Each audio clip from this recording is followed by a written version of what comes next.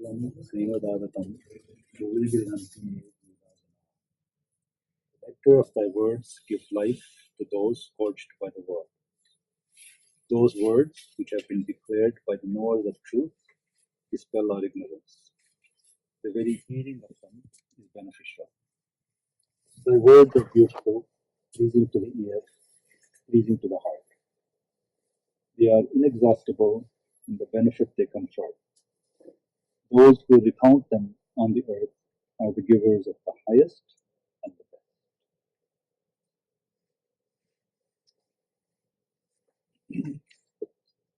So we'll have a little study and discussion. You can actually pick it up anywhere in the book, and it's useful and interesting. And we have a bookmark. I presume this is where you were before. Okay. But one thing about Kadamritam is it's deceptively simple.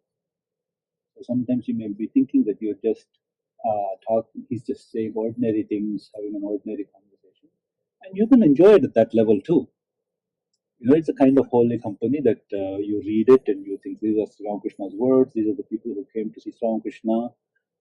So those kind of ideas run through your mind, and it has a good effect because it's kind of like holy company in your mind. But if you care to pay a little bit more attention and think carefully what is he saying and the context he's saying, also if you learn to read between the lines, then you can untap amazing amount of wealth from this one book. And no matter how much you study it and think about it, it seems it's not exhausted.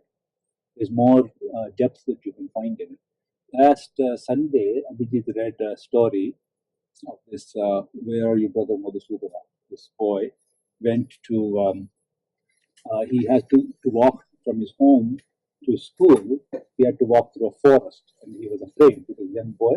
So he asked his mother, what should I do? She said, whenever you're afraid, call on your brother Madhusudana, and he will appear. So the boy, being very simple, he believed it literally. So when he was afraid, he called, where are you, brother Madhusudana? And Krishna appeared to him and kept him company and took him. So now as days went by, the teacher was having some ceremony in his house, and he asked all the students to bring something. And I guess he asked the student to bring some milk, yeah. So what happened is coming from a poor family, so the mother gave him a little pot of milk. And said, no, actually, Madhusudana gave him a little pot of milk and said, take it, your teacher. So the teacher seeing a little pot of milk, he has to feed like all these guests, you know, and he was expecting him to supply all the milk for this ceremony. But he brought this little pot of milk and he was very annoyed. But anyway, he emptied it into a bigger container, and to his surprise, the little pot filled up again. He emptied it again, and again it filled up. And see, so this is not an ordinary pot, of course. But why am I telling you this story? Because sometimes I feel it's like that. The little pot is our little brain, our little mind. And we're trying to understand something very deep. And you think you got it.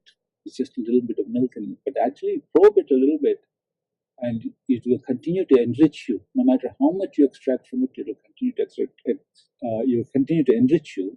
There's no end to the wisdom that you can extract from Sri Ramakrishna's words. And that's why I say it's deceptively simple. You can read it like that too, as a simple conversation.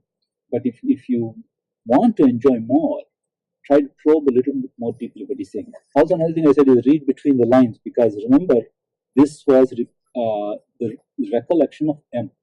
Mahendranath, his disciple. And he hides himself well in the thing. But if you read it carefully, you can see him, and you can sort of recreate what's going on in the room at the time, beyond what's in the words. And why is that important? Because you're actually living that experience. And it's sort of like having the company of Sri Ramakrishna again. And that will stay with you far beyond the time that you study. So let's read what this is. Sunday, July 22nd, 1883. By the way, I told you this once before. It's very dangerous to tell an academic to speak without a clock in the room. So somebody tell me when it's time is up. It's supposed to 8:15. Okay, tell me when it's 8:15. Yeah. So taking advantage of the holiday, because it is Sunday, July 22nd. Taking advantage of the holiday, many householder devotees visited Sri Ramakrishna in his room at the Dakshineswar temple garden. The young devotees, mostly students, generally came on weekdays. Young devotees means people like Narendranath and the Hari and those other people came on weekdays. It's interesting when he says the young disciples, somebody wants to attend the class.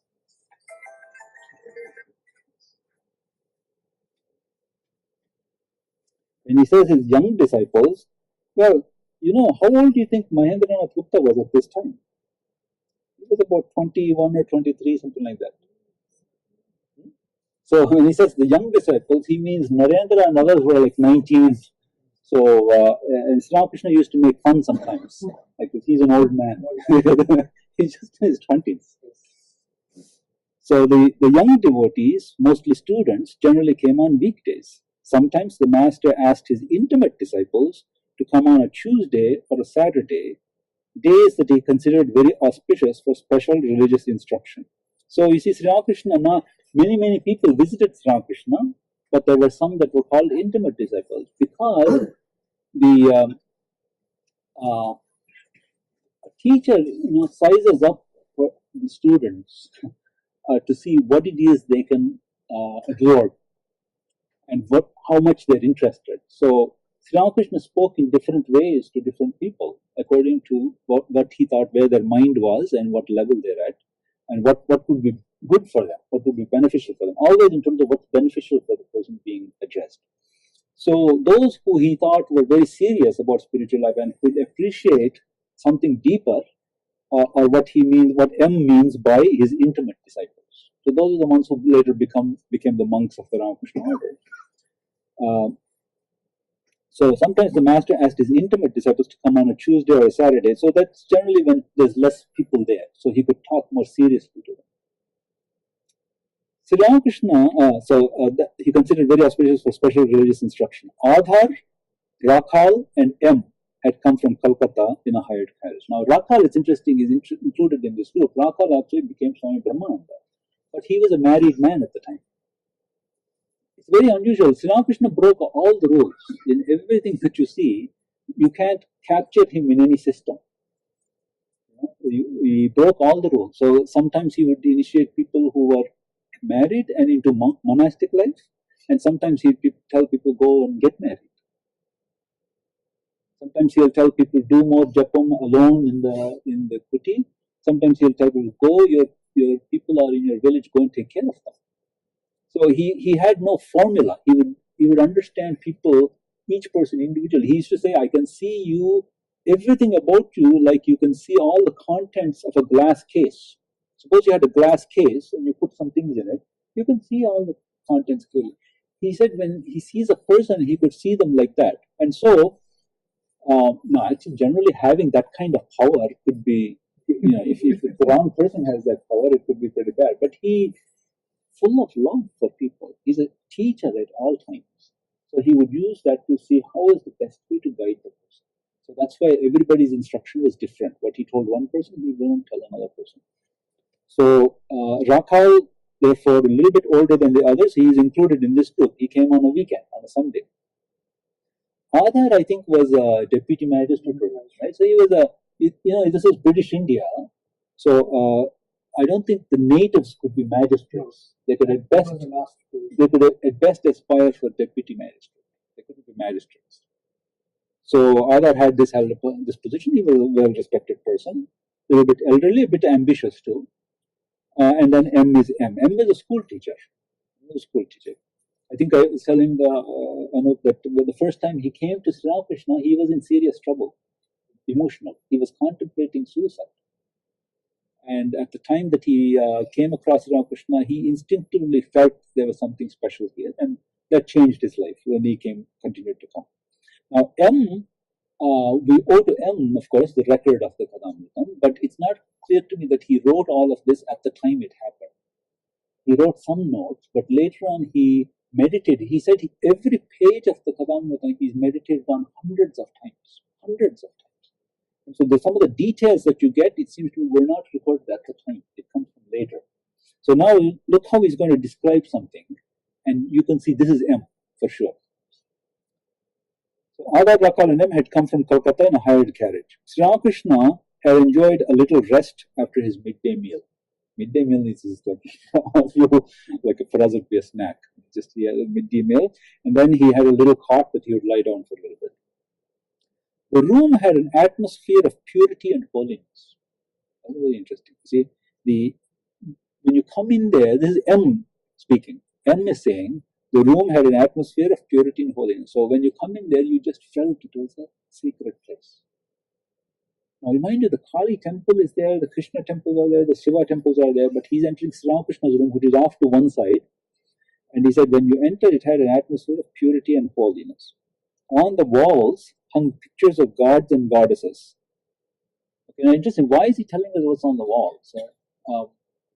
He's been to that room many times. He's recollecting. He's sitting alone in his room, remembering the scene. And he wrote that down. So he says, on the walls hung pictures of gods and goddesses. Among them, one of Christ rescuing the drowning Peter. So Sri Ramakrishna had many different kinds of pictures in his room, all holy pictures. Outside the room were plants laden with fragrant flowers. M had a poetic temperament. He appreciated natural beauty also. So sometimes you find him describing. Outside the room were plants laden with fragrant flowers, and the Ganga could be seen flowing towards the south. Yeah, exactly what you're doing. You can imagine the whole scene, because he's imagining this whole scene. The master was seated on the small couch. He had two couches, two beds in his room. One was a bigger one for sleeping, another one where he sat and spoke to people.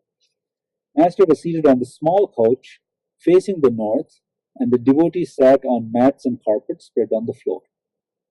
All eyes were directed towards him. Mani Malik, an old Brahmo devotee, about 64 years of age, came to pay his respects to the master. So the people who came to the master were, master is what M is recording as. Okay? When he says master, this is M's terminology. Master, many people, different kinds of people came to talk to Sri Ramakrishna. Some were Brahmo devotees, or these devotees from the Brahmo Samaj. The Brahmo Samaj is interesting, it's a curious kind of organization. Let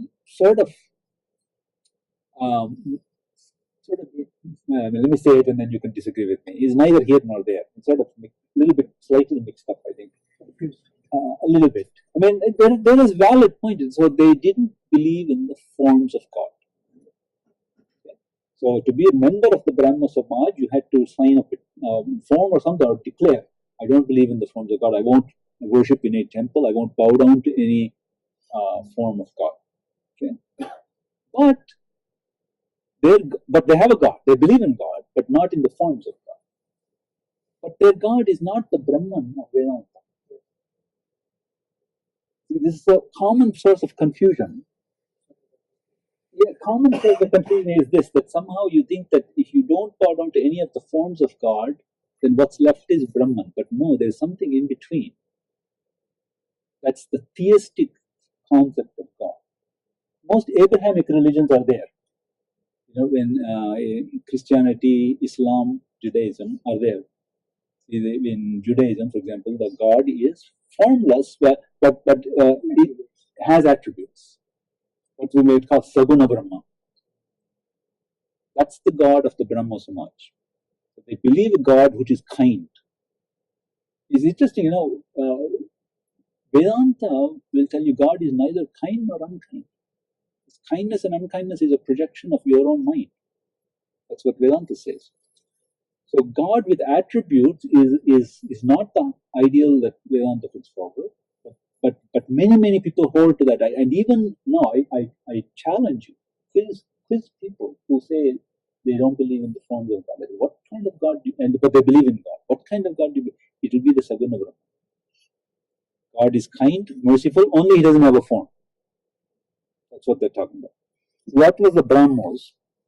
And Mani Malik, an old Brahmo devotee, about 65 years old. Many people from the Brahmo Samaj used to come to Sri Ramakrishna. Why? Because Keshav Chandra Sen came, and he was very impressed. That's an interesting thing about when you know sincerity of spiritual aspiration. How do you know it? Even when you meet somebody who has a different point of view than you, you're still able to feel the spirituality. So Keshav Chandra Sen was a Brahmo, and Sri Ramakrishna firstly bows down to all the forms of God, goes to all the temples, and not only the Hindu ones, but even the Christian, Islam.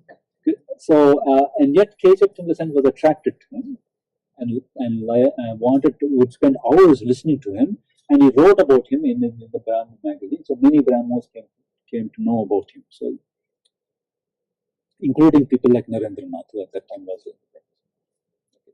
Mani Malik, an old Brahmo devotee about 65 years of age, came to pay his respects to the master.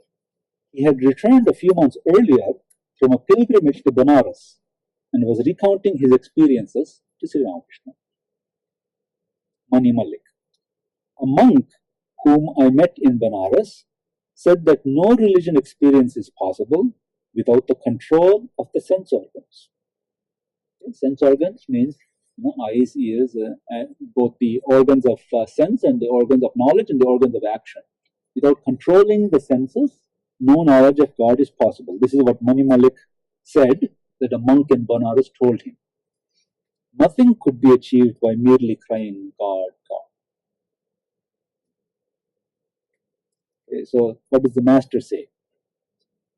Master says, do you understand the views of teachers like him? Do you understand the views of teachers like him? According to them, one must first practice spiritual discipline. Interesting, immediately Sri Ramakrishna pegged the teacher, because see, you won't be able to do that unless you realize there are many ways to approach this. Because being a master teacher will not take the same approach. We'd already discussed the same approach to everybody. We'll figure out what works for each person. So as soon as Mani Malik said this, Sri Ramakrishna's reaction is so what kind of teacher is this person? He's classifying them. So this is a person, he has a certain point of view. Do you understand the views of teachers like him? According to them, one must first practice spiritual discipline, self-restraint, self-control, forbearance, and the like. All this sama, dhamma, titiksha, what Shankara spends a lot of time to elaborate on all the attributes you should have and the disciplines you should practice to realize to have spiritual experience. So according to them, one must first practice spiritual discipline, self-restraint, self-control, forbearance, and the like. Their aim is to attain nirvana. Interesting that he uses the word nirvana here. Nirvana is usually associated with Buddhist thought, but it is actually a Vedantic word. It is used in Vedantic. It's even used in the Gita, which is before Buddha, we think. And their aim is to attain nirvana. Nirvana here doesn't mean heaven. You understand the meaning of the word nirvana. Nirvana means egolessness. Nirvana means egolessness. Literally, the word means something that is blown away. It is blown away. What is blown away? Sometimes we say that when we don't understand what somebody is saying, but they were blown away. Now, what's blown away is my ego is blown away. And so what remains? Vedanta is silent, Buddha was silent. Vedanta actually says something, Buddha was silent. But one thing that is common in Buddha's statement and in Vedanta is, he said, egolessness is nirvana. What is blown away is ego. So they are followers of Vedanta. Their aim is to attain nirvana. They are followers of Vedanta. They constantly discriminate, saying Brahman alone is real and the world illusory. This is a path. This is a path of trying to discover what is real. There's a lot that can be said about that. What is real? So they're saying Brahman, which means Brahman is a word, again, it comes from a Sanskrit root, Brihi. Brihi means vast. So that which is vast, expansive spirit is Brahman. And I think we discussed this before. Spirit doesn't mean a ghost or something like that. Spirit is consciousness. Brahman alone is real and the world illusory. But this is an extremely difficult path. Why is it a difficult path? So sometimes people teach this path. You hear it some now and then. People say the world is unreal, Brahman alone is real. Brahman Satyam Jagat Mithya, Shankara. But this is an extremely difficult path. Why is it a difficult path? He'll explain. If the world is illusory, then you too are illusory. You're a part of the world. If the world is illusory, then you too are illusory. The teacher who's giving the instruction is equally illusory. You run into serious logical issues here. If really the world is illusory, then I am also an illusion. You're an illusion who's teaching me. So that's why this kind of spiritual practice should make sense. If you adopt a path that you find hard to justify, even on purely rational grounds, you can't sustain it. You can talk philosophy for a while, but when in actual living, when crisis comes in day-to-day life, you won't be able to sustain it because fundamentally it doesn't make sense to you. If you're an illusion, then there's nothing to be done, right? It says something said, those who say nothing, nihilism, nothing exists, then I don't exist. Then there's no problem. I don't exist. There's a problem for me to solve only because I have an existential problem. It's not a spiritual problem. It's an existential problem. How do I live my life? That's the problem that faces all of us. But if I don't exist, live any way you like. It doesn't matter. So these kind of things, you see, these kind of things, from where you can make the argument philosophically, and Shankara did. Shankara made a but in daily experience, you can't connect it. You can't connect it to your normal experience. So spiritual life becomes there, and my daily life becomes here. That's why we don't make progress in spiritual life.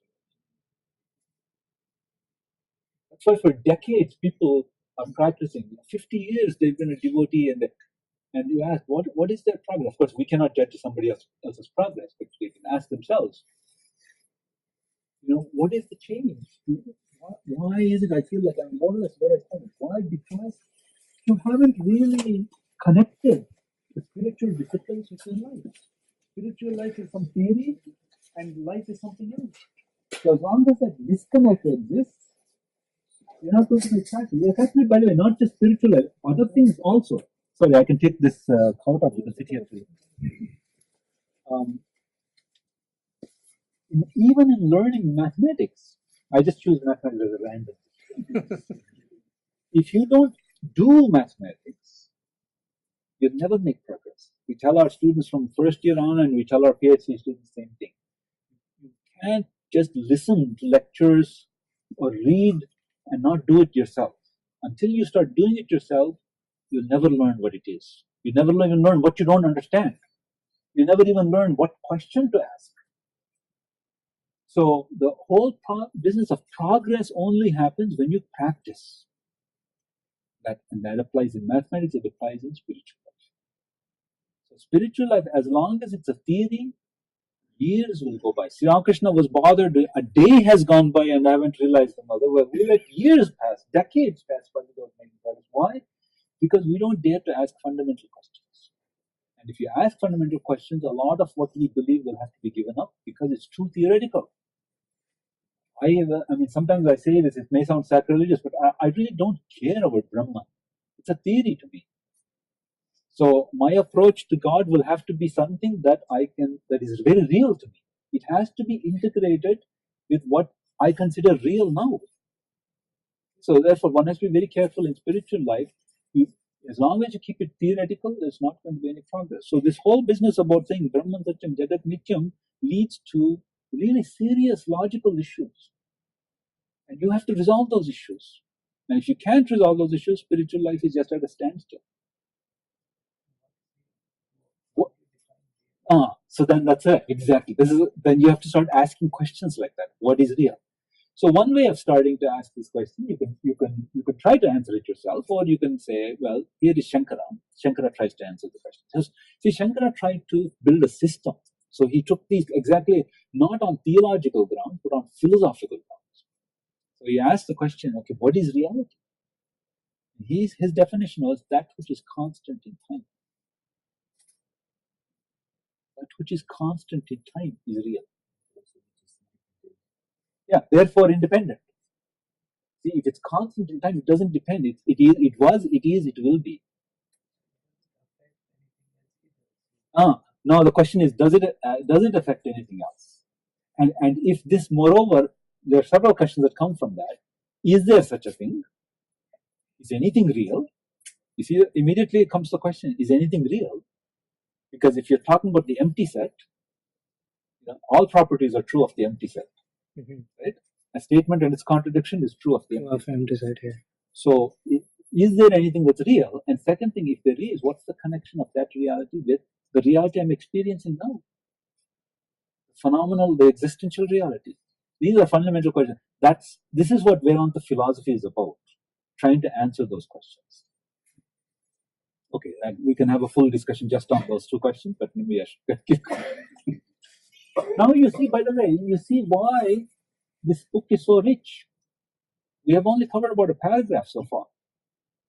And I'm curtailing a conversation. We could continue just on this theme of what is real. But when Sri Ramakrishna says something, think hard about it, because there's more to it than appears. So anyway, he says, he says, it's an extremely difficult path. If the world is illusory, then you too are illusory. The teacher who gave the instruction is equally illusory. His words are illusory. All is a dream. Now, do you like that? Does that satisfy your heart to say that life is a dream? Everything that I hold valuable, everything that I hold dear, everything that I hold important is a dream, is an illusion. If it does, it satisfy you. Because it's not only your head that has to be satisfied, your heart has to be satisfied. Does that point of view hold your heart? You cannot practice disciplines that doesn't hold your heart. Remember the other day we said the first thing you have to ask yourself, what do you want? And that's a question of the heart. So the problem with this kind of thing is it is very difficult unless you go now very deeply into the philosophy. Okay, so what does Sri Ramakrishna say? This experience is beyond the reach of the ordinary man. Simply cuts the whole thing out, and this experience is beyond the reach of the ordinary man. Do you know what it is like? If you burn camphor, nothing remains. When wood is burned, at least a little ash is left. But when you burn camphor, nothing remains. In other words, what's the consequence of pushing this philosophical approach? Nothing is going to remain. Are you ready for that? Most of us are not. Finally, after the last analysis, the devotee goes into samadhi. Then he knows nothing whatsoever of I, you, or the universe. Actually, it's true. That's what he says. The existential reality that we experience now will disappear. Now he suddenly changes the topic. Padmalochan was a man of deep wisdom. Actually, he's not going to change it. He's going to tell something about how to practice spiritualism. Padmalochan was a man of deep wisdom. He had great respect for me, though at that time I constantly repeated the name of the Divine Mother. He was the court pundit of the Maharaja of Burdwan. You remember in that time there were these principalities and there were Maharajas and they had a court, and he was the pundit in that court. Once he came to Calcutta and went to live in a garden house near Kamarhati. I felt a desire to see him and sent Hriday there. So sometimes Ramakrishna, when people are distinguished people, especially distinguished in philosophical or spiritual matters, he wants to go and meet them, wants to talk to them. So I felt a desire to see him. I sent Hriday there to learn if the Pandit had any vanity. Great scholar. Is he a vain person? We sent Hriday to find out. I was told that he had none. And what's interesting also is Hriday was not a particularly deep person. He is a practical person, a very practical person. That's why he could take care of Sri Ramakrishna through all those years, but not a particularly deep person. And yet Sri Ramakrishna sent Hriday to size up this person. So what it means is he had faith in Hriday's judgment of human nature. So Hriday came back and reported he has no vanity. Then I met him. Though a man of great knowledge and scholarship, he began to weep on hearing me sing Ram Prasad's devotional songs. So Sri Ramakrishna had a very beautiful voice. When he sang, people could feel the meaning of what he was singing, whether you understood the language or not. Especially you see this, had a strange thing, paradoxical thing, Totapuri. Totapuri was Sri Ramakrishna's teacher. He taught him Advaita Vedanta. Totapuri, as far as I know, did not speak Bengali. And Sri Ramakrishna, as far as I know, did not speak Hindi. Totapuri is from Uttar Pradesh. Puri. He came, I don't know how they communicated. He told him, I will teach you Vedanta. And Sri Ramakrishna understood it to the extent that he said he is going to go to the mother in the temple and ask her if it's okay to learn Vedanta. I'm going to go and ask my mother. And he came back and said, Mother said, it's okay, you can teach her. I don't know how they communicated that, but somehow they understood each other. And when Sri Ramakrishna sang devotional songs, Totapuri was moved. So somehow Sri Ramakrishna had that ability that when he said something or sang something, you could feel the meaning of it, even if you didn't know the words. So anyway, he sang some songs of Ram Prasad, and Padmalochan began to weep. We talked together a long while. Conversation with nobody else gave me such satisfaction. What a statement of Sri Ramakrishna. Say, conversation with no one else gave me such satisfaction. So what it means is that he just loved to talk to people who were serious about spiritual life. If you're serious about spiritual life, he's not asking great wisdom, but the point is Padmalochan was very, very sincere. Deep man, he had scholarship, no vanity, and talking to him gave him so much satisfaction. He said to me, that is, Padmalochan said to me, give up the desire for the company of devotees. Because Ramakrishna loved the company of devotees. You see, Padmalochan had this kind of Shankara type of approach that we just finished discussing. And Sri Ramakrishna, something clicked between them. He could see this is a really deep person, and Sri Ramakrishna also felt Padmalochan is a deep person. Then he started trying to teach him. Give up this company of devotees, desire for the company of devotees. Otherwise, people of all sorts will come to you and make you deviate from your spiritual idea. It's one thing sometimes people are very nervous about, especially in the Shankara tradition, that you might deviate from your spiritual idea if you mix with all sorts of people. Be very careful. There's some truth to that. There is some truth to that. People can distract your attention. But he's saying, give up the desire for the company of devotees, otherwise people of all sorts will come to you and make you deviate from your spiritual idea. Ramakrishna didn't say anything. At least M didn't record. Once he entered into controversy by correspondence with Uchavaranda, Vaishnavacharan's guru. Vaishnavacharan, again, a very great scholar, one of the early people who visited Sri Ramakrishna. He entered into a controversy with Vaishnavacharan's guru. He told me an interesting incident. Once a meeting was called to decide which of the two deities, Shiva or Brahma, was the greater. But the interesting, usually it's Shiva or Vishnu, but here it's Shiva or Brahma. Which of the two deities is the greater? So some debate. Now we live in a different age. To us, we think that something is kind of irrelevant. But at that time, it was an interesting debate for philosophers and theologians. Which of the two deities, Shiva or Brahman, was the greater? Unable to come to any decision. So this is Padmalochan telling Sri Ramakrishna a story. Once a meeting was called to decide which of the two deities, Shiva or Brahman, was the greater. Unable to come to any decision, the Pandits at last referred the matter to Padmalochan. A bunch of scholars tried to debate this. They couldn't. Each side, they were equally matched. No side could win. And so they came to Padmalochan to ask. What did Padmalochan say? With characteristic guilelessness, he said, how do I know? Neither I nor any of my ancestors back to the 14th generation have seen Shiva or Brahma. Why are you asking me? So basically, there's actually a very interesting point here. When you approach a scholar with a question, the natural tendency is to give a scholar a response. Right? You studied a lot, you know a lot, and I'm asking you about your subject. You tend to give a scholarly response. But sometimes, your scholarship doesn't really cover the question being asked. And it takes humility to give an answer like this. And you'll find it sometimes. You find it, even some very great scientists, you go and ask them a question, and they'll tell you, I don't know, I never studied this. So he gives a really practical answer and says, look, frankly, I don't know who Shiva or Brahma is. I haven't seen them. Not in my family, 14 generations back, nobody's seen them. Why are you asking me about this? It's like also somebody was asking Swami Sarvagatanga about life after death. I'm still alive. I don't know.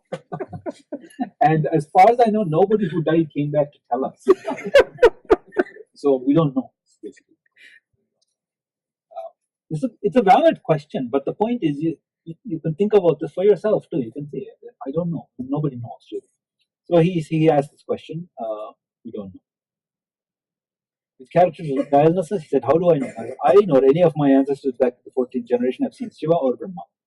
Now he comes to a very important point. About the renunciation of woman and gold, he said to me one day, Sri Ramakrishna fundamental teaching, one of his fundamental teachings is passions and possessions. Be careful about those. Passions and possessions. If you're interested in spiritual life. Why? Because, well, that's a long story why. But anyway, be careful about those two things. So this is sort of like a fundamental advice he used to give. In Kadamritam, in Nikhilananda's Kadamritam, Nikhilananda's translation of the Kadamritam, that expression is translated as woman and gold. So that's what you have to understand. What he means whenever you see that in this book, he's talking about passions and possessions. So Padma Lochan knows that Sri Ramakrishna emphasizes that teaching. So he's asking about the renunciation of woman and gold. He said to me one day, why have you given up those things? Such distinctions as this is money and that is clay are the outcome of ignorance. So you see, from Vedanta's point of view, everything is manifestation of spirit. Clay and money is the same. So why should you give them up? But then Sri Ramakrishna could have rejoined and said, then why should I take them? Equally, the argument is equally valid either way. Why should you give them up? Why should I keep them? No reason to keep them either. He said, Padma Lochan is such distinction as this is money and that is clay are the outcome of ignorance. What does Sri Ramakrishna do? What could I say to that? I replied, I don't know all these things, my dear sir, but for my part, I can't relish such things as money and the like. So I said, I'm not going to try to convince you or debate you. I tell you, for me, I can't relish that. So lesson to be learned here also. We unnecessarily get into debate and discussion when it's better not to. Okay, now he's continuing to talk. There was a pundit who was tremendously vain. It's not Padma Lochan, it's somebody else. There was a pundit who was tremendously vain. He did not believe in the forms of God. You have to understand that the India of those days, after Shankara, to be a pundit means you are really deeply embedded in some philosophical tradition. There were the 6 darsanas, the different monastic schools, each which had their own epistemology, they had their own theology, they had their own philosophical approach, and you became a scholar in that. So there was a pundit, and scholarship was valued, was reputed. There was a pundit who was tremendously vain. He did not believe in the forms of God. So there was this constant argument: God is formless or God has forms. So he didn't believe in the forms of God. He felt God is formless. But who can understand the inscrutable ways of the divine? This is Ramakrishna saying. Who can understand the inscrutable ways of the divine? God revealed himself to him, that is the Pandit, as the primal power. That is, in some abstract way, this Pandit had a kind of spiritual experience. sort of the power underlying everything. He had that kind of experience.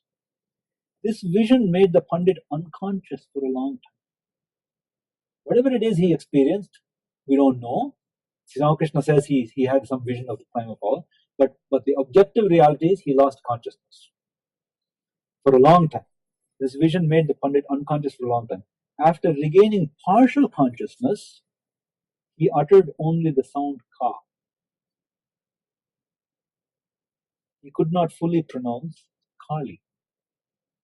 Now, there's a lot of things to say here. So, firstly, why is he trying to pronounce Kali anyway? Because he doesn't believe in the forms of God.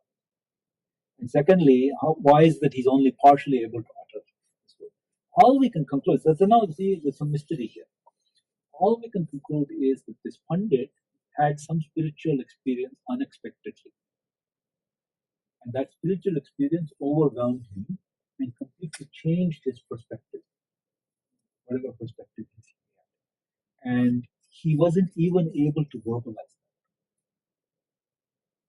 So that he could make only this sort of inarticulate, incomplete sound. Sri Ramakrishna says he was trying to say Kali. I don't know, how did Sri Ramakrishna know? I don't know. I guess he had somewhere. Okay, so let's take a step back here and just talk about spiritual experience. Okay. Spiritual experience, firstly, is real, not an illusion. Spiritual reality is also not an illusion.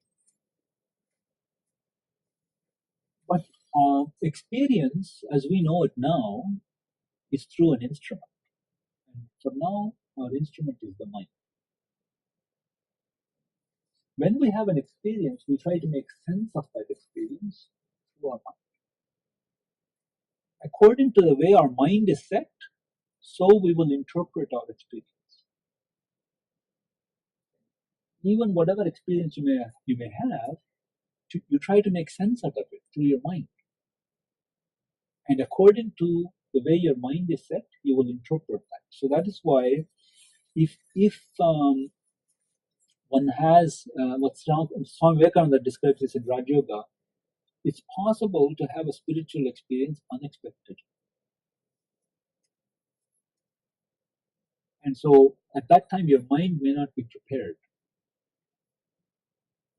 And so you will interpret it in a certain way. So he says that this is the way he understands in history people who have had strange explanations or theories of spiritual reality. It is people who, he says, according to Vivekananda, stumbled onto some kind of spiritual experience and weren't able to completely digest it. And so their mind interpreted it in a certain way. So he says a lot of the theology that we have in the world is the outcome of that. Whether it's Christian theology, Islamic theology, even Hindu theology. He tells that some of these things are due to that kind of experience. So it's something to be aware of. Then a devotee asks, "Sir, you met Pandit Vidyasagar. What did you think of him?" Vidyasagar was a famous person at that time. School teacher. He actually had schools, Vidyasagar School. He was also a social worker, person who did a lot of work in society, philanthropist, scholar. So Sri Ramakrishna met him. What did you think of him? Master says, Vidyasagar has both scholarship and charity. That means the desire to do good for society. But he lacks inner vision. Gold lies hidden within him. Had he but found it out, his activities would have been reduced. Finally, they would have stopped altogether. Had he but known that God resides in his heart, his mind would have been directed to God in thought and meditation. Some persons must perform selfless work a long time before they can practice dispassion and direct their minds to the spiritual ideal and at last be absorbed in God. Now, here interesting, what is he saying? Vidyasagar has scholarship and charity, but he doesn't realize the depth of his own spiritual gold, spiritual truth that is within him. That's what he says. And as a result of that, gold lies hidden within him, but he doesn't know about it. And as a result of that, Sri Ramakrishna says in this paragraph, not elsewhere, in this paragraph, he says, as a result of that, he was involved in many activities. So by implication, he says, when you realize that spiritual reality is near at hand, I don't need to go here or there or do this or that, then your activities will reduce. That's a common kind of point of view. It's very presumptuous on my part to describe what Sri Ramakrishna says as a point of view, but nevertheless, we have every right to try to understand what he says. I mean, given that we have reverence for his words, but still you have to parse it. Still, you have to try to make sense of it, and you have to analyze it.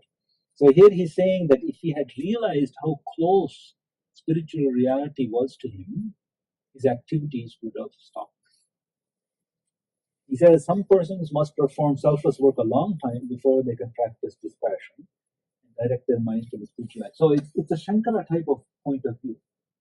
You do a lot of work, social service, good things. What will happen is eventually you will get in your mind a sense of dispassion and detachment. Then you can focus your mind on God. This is Shankara's point of view. It's not Swami Vivekananda's point of view. And it's actually not even Sri Ramakrishna's point of view. Swami Vivekananda's, one of Swami Vivekananda's contributions to Indian spiritual thought is the idea that in and through Karma Yoga, you can realize the highest ideal. It's not that the Shankara point of view that Karma Yoga prepares your mind so that you can then go and practice meditation and then have spiritual experience. It's not that twofold. It is the entire ideal can be realized through Karma Yoga. That is what one of Swami Vivekananda's fundamental contributions.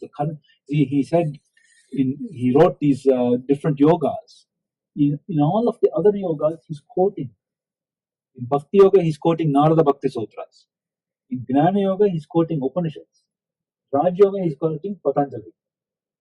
Karma Yoga, he's not quoting Gita. That's his original contribution. That treatise on Karma Yoga is his original contribution. And so that's a little different than what Sri Ramakrishna is saying here. So we have to assume he's talking that way because of the people present. Because it's suitable for the people present. Elsewhere, he will say something else to Narendra Nath. So he says, Vidyasagar should give up those activities and practice contemplation of God. Some persons must perform selfless work a long time before they can practice dispassion and direct their minds to the spiritual ideal and at last be absorbed in God. Actually, he's not explicitly saying you have to give up activities. It's just get dispassion and direct the mind to the spiritual ideal and be absorbed in God. That says, he says, for some people it takes a long time. Okay, we've already read a page, and I think reading more than a page is not a good idea because you have to digest all of that. I have to digest all of that. So if we still have time, then we can have a discussion. We can have discussion for 5 minutes, 10 minutes maybe. So any comments? Yes. I think in the end, even Swamiji